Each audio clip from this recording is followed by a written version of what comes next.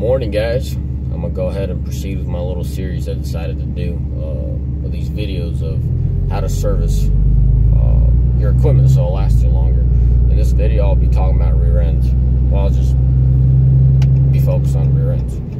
Now, one mistake everyone makes, not everybody makes, but a lot of us make, is not understanding the usage and the conditions the vehicle's being used in. So let's say rear end, right? Manufacturers recommended rear end thing. I mean, I've seen 60, I've seen 100, I mean, I've seen 30. It's just, and people are like, oh, this truck is cheaper to own and operate, and now, no, bullcrap. Metal is metal, and I understand engineering and all that great stuff, but you got to understand your usage, and that's the key word here, usage. That will give you the basis. Do you add or subtract? Now, I'll share my experience with you guys, and if you hear me out all the way, it'll give you a baseline to where you can add or subtract. And the baseline that I'm going to be telling you is 50,000 miles. 50,000 miles. That's a good baseline to go off of. So an average Joe, let's say an average Joe that drives this truck to work. Hey guys, I wanted to apologize about my voice. I thought I was getting out of it, but I got sick again. Sorry. So anyways, an average Joe,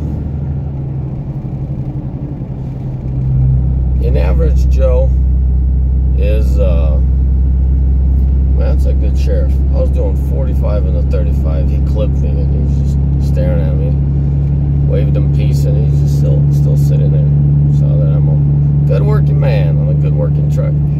Sorry, guys, staying focused here. An average Joe that drives his rear end to work every day,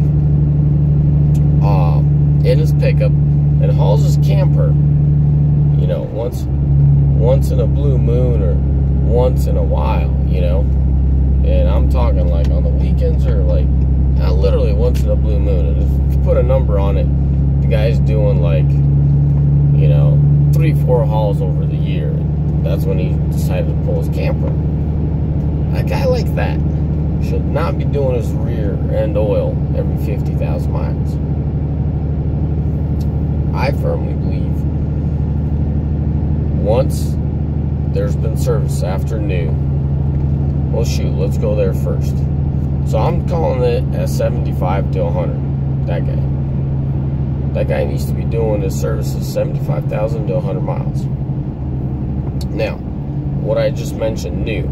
It's very important, guys, that differential oils get replaced early. First oil change on a brand new diff needs to be done early. And 30,000 miles is not too early. For some reason, I like 30,000 miles. I like the idea of 30,000 mile intervals. Because those gears need to set. Those gears need to wear in.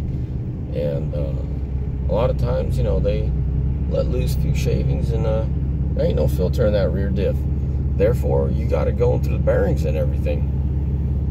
So there you have it, you know. I'm a stickler about it. I really like to have my oil changed right about 30,000 miles on the rear diff. Now, what I do on basis, like regular basis, is I stick to 50,000 miles. Back to that average Joe. That's why I say 50,000 for a baseline like me, for a guy like me. So after, let's say, one for sure early oil change, second possible early oil changes. I'm talking about brand new units that you pulled off the lot that you're the first owner on. Now, we're past that, okay? An average Joe that hauls his rear end around town 99% of the time, and 1% of the time, you know, on average, he's doing 3-4 pulls of his little bumper pull camper. And once again, I got to underline this. His camper's 10,000 pounds or less, and goes out and tows with it. Well, heck, he shouldn't be doing 50,000 miles. He needs to be doing 75 to 100. And why I say 75 to 100, it just depends where he lands with the mileage. You know, what's most convenient for you. And that's good oil. You gotta go with synthetic, guys. These rear diffs, especially with the high-powered trucks trucks nowadays, you gotta go synthetic. Don't cheap out on oil. Buy some good oil. Now, that being said, who needs to do it at less than 50? If I haul heavy on a daily basis, and I stick around 50, who needs to do it less? Guys, I strongly believe that those guys that are doing construction and they're hauling more just their Bobcat around behind them, you know, they got that heavy weight behind them around town. I believe those guys need to be about 40. I wouldn't go any less than 40 on some good oil, but I think they need to have that little edge on us that do long haul. You'd say, hey, I understand transmission, city versus highway, you know, it doesn't shift as much, doesn't have as much slippage. But why rear end? Because the way the rear end is most of the rear ends that I've taken apart, the way they've been engineered to lubricate the front bearing is by the pinion throwing oil forward, you know, splashing that oil and chucking it forward, and that's how it lubes the front bearing. So a guy that's pulling heavy equipment around town, he's applying a lot of torque on the rear end, and you stop and go, like, this thing is hot, and he stops in traffic and parks his truck, or stops in traffic, you know, you guys get the point. He's frying that oil on that bearing. So that's my little that's my little grind about it. That's the only issue I have, really. And that kind of stuff shortens the life. It fries your oil. It seasons, you know. It's like what I tell everybody. You got to cool off your engine just like you got to warm it up. A lot of guys don't understand, you know. They'll pull a hill, pull into a rest area, shut their engine off, and go. It's like, no, you don't do that. First and foremost, you're blowing your tranny, you're frying your tranny bearings to crap. Guys, I know I'm going off subject. I just want to underline something very important. That turbine is so freaking hot. The bearings are sizzling. You shut off the engine, you're killing the flow of oil to that turbo. Well, I'm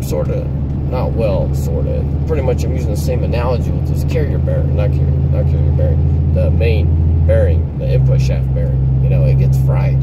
It's sizzling hot. It gets hot, you know, from all that high torque. And I'm not saying that oil cools off a whole lot better when it's, you know, when it's getting splashed faster. I'm not really applying that, but there's consistency. There's consistency, and lubrication is the key word here.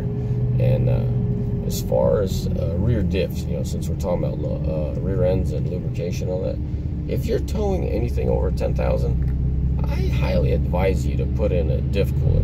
Now, don't go out of your way and like, oh my God, Paul said I need a diff cooler. You just did an oil change, you know, you just serviced your rear end a month ago, and now you're gonna do it. No, don't do that crap. Just buy one, set it on the shelf, and you know, once you're ready for a rear diff, pull it out, do it. You know, try to get the guys.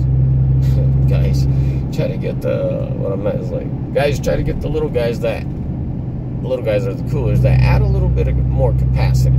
So capacity will give you more oil. It'll take longer for it to heat up as fast and cool off at the same time. But primarily because you're finned, you can keep it the majority of it cooled off longer, so to say. So yeah, guys, that's the short gist of it, and that's how I keep my rear ends alive. Thank God, I personally have not murdered a single rear end. And not because I'm so smart or so good, it's just I'm more or less meticulous about my service. If you're 50,000, a little sooner, a little later, those rear ends get serviced. You know, it turns out to be on average a couple times a year for me, and I couldn't be happier. You know, the conditions of my rear ends. A pickup truck just got pulled in last night into my shop. You know, 163,000, and that rear end is just shot. I mean, shot. That thing don't move. Besides create a bunch of noise. Anyway, so that's my little explanation of rear ends and how do I keep them alive. Short gist of it. A quick little rundown. First oil change, cut it short. You know, them gears are breaking in just like everything else. Your first oil change, cut it short. 30,000 miles. Get new fluids in there. Second thing, average Joe should be 75 to 100,000 on good synthetic oil. And I mean, I know everyone doesn't have the opportunity to go out and buy Schaefer's. Schaefer's hasn't paid me a dime. Heck, they haven't made me any better deal than anyone else, really. I mean, I go buy stuff at full price, but their product is good stuff. And they have cheaper stuff. I mean, it reflects upon the price. Like, you can tell it's cheap stuff. Just someone that's not very knowledgeable solely on price. Now, and what I'm trying to underline, don't get this, you know, the 75-90 oil. You know, if you guys haul more than 10,000, I mean, I advise everybody to go out and buy themselves a solid synthetic fluid. 75-140 is what I would advise someone that works their trucks. Nice, fully synthetic. And what I was trying to say with the whole Schaefer's thing, if you can, go out and buy the top tier oil companies. You know, you got Redline, Royal Purple, you got AMSOIL. I'm not a fan of AMSOIL, but I gotta say AMSOIL's good oil. I don't believe in their whole 100 miracle miles, no oil change BS. You can save that for another day. But as far as their fluids, they have good fluids. They're top tier. So what I mean is every oil company starts at, I'll keep it very basic, at a certain baseline. Okay, you got 1, 3, and I believe 5. 4 and 5. I think they skipped 2, if I remember right. But anyways, you know, you got Schaefer's. Let's talk about the 5ers. You got Schaefer's, Redline, Royal Purple, AMSOIL. Those are 5s, and that's where you want to be. Why should you skimp out on a bottle, or it's not a bottle, a few bottles, a few pints of oil over a rear end, guys? Doesn't make logical sense. So that's the best advice I give you guys, is go out and don't just drive it off a price like I just said 2 minutes ago. Oh, you know it's cheap oil just because it's cheap. No, your basics. You know, yeah, Schaefer's has 75-90 oil and it ain't that great, but go in and spend the extra dollar and put in the good stuff. Okay, I couldn't make that any more clear. I'll move on. So we talked about mileage, first oil change. We talked about regular oil changes. We talked about who needs to do what kind of mileage. And then something that a lot of people dismiss is the age of the rear end. It has a breather tube, therefore moisture comes in, moisture comes out. Simply put, it's condensation. Keep that in mind. Now, this is a sketchy one, and because a person that doesn't do a lot of miles on their oil, that oil accumulates a lot of condensation, and what am I going to tell you? Change it out. Change that fluid out. But that's sort of hard to do when a guy's putting, you know, 10,000 miles on his truck a year. So what is he supposed to do? Change his rear oil on the 10th year? You know what I mean? No, I personally would advise someone to do rear diffs every couple years that they don't do. Now, I know this is a little bit controversial, you know, you go one way or another, and then nothing scientific about this one, but just so I feel better. Yeah, it's going to be only 20,000 miles for that guy that does 10,000 miles. I'm specifically talking those low mileage trucks that don't get used. Put in good oil, synthetic oil, and just do it every couple of years, you know. Heck with the mileage at that point. Just if you do really low miles, every couple of years, do your rear diffs. That's what I would do with good oil. So, alright, I'm done. This is it. I think I covered the basics as specific as possible, and just trying to help you guys out. Shoot in the comments what other series you want to do or you want to hear, but at this point I'll just be covering the basics. You know, your engine, your tranny, your diffs, your transfer case, that kind of stuff. If you want to hear something else, let me know. God bless you all and have a mighty fine day.